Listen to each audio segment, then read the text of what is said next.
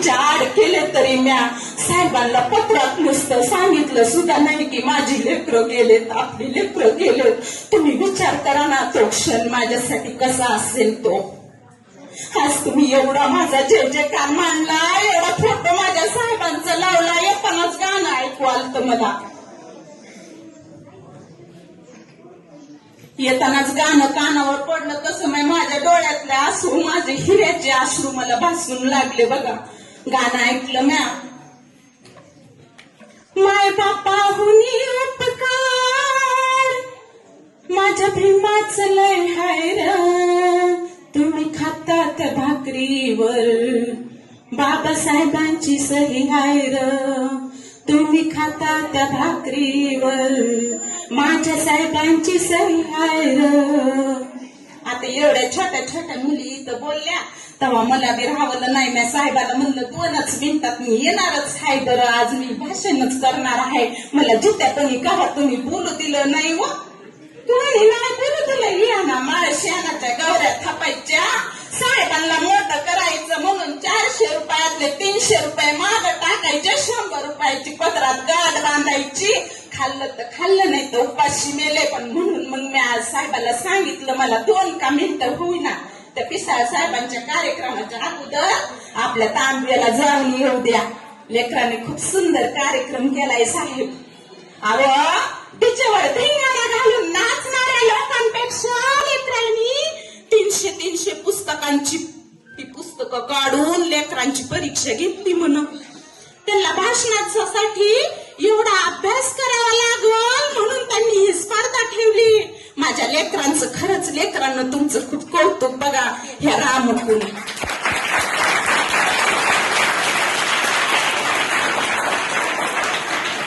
इथं सगळ्या मुली बोलल्या आणि तेव्हा मला काय आठवलं माहिती का?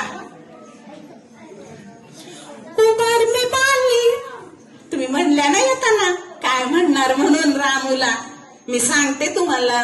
उमर में बाली भोली भाली सील की गोली हो, उमर में बाली भोली भाली सील की गोली हो, भीमराज की बेटी मैं तो जय भीम वाली हूँ, भीमराज की बेटी मैं तो जय भीम वाली हूँ.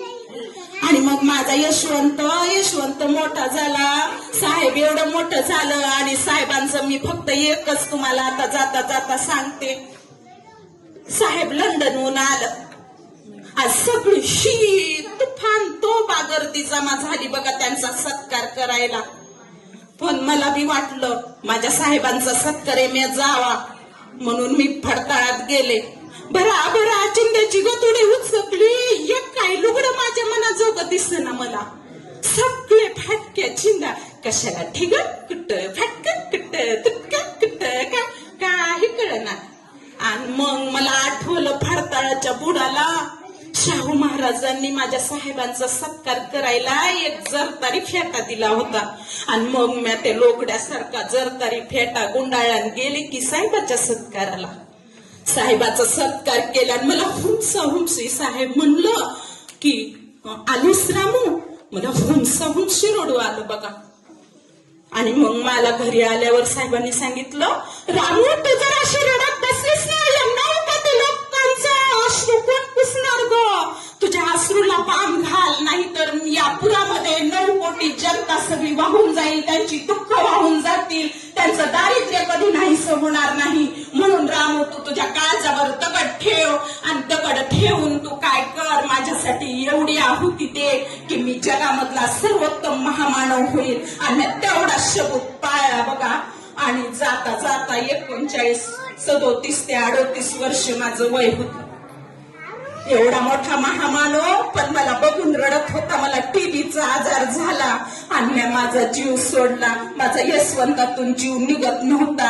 मला साहेब म्हणत होतं रामू एवढी शेवटपर्यंत साथ दे ग. मला तुझ्या साथीची आवश्यकता आहे. पण माझ्या प्राणानं माझे प्राण केव्हाच गोळा झाले होते. माझ्या शरीरातलं प्राण संपलं होतं आणि रामून सगळ्या जगाचा निरोप घेतला.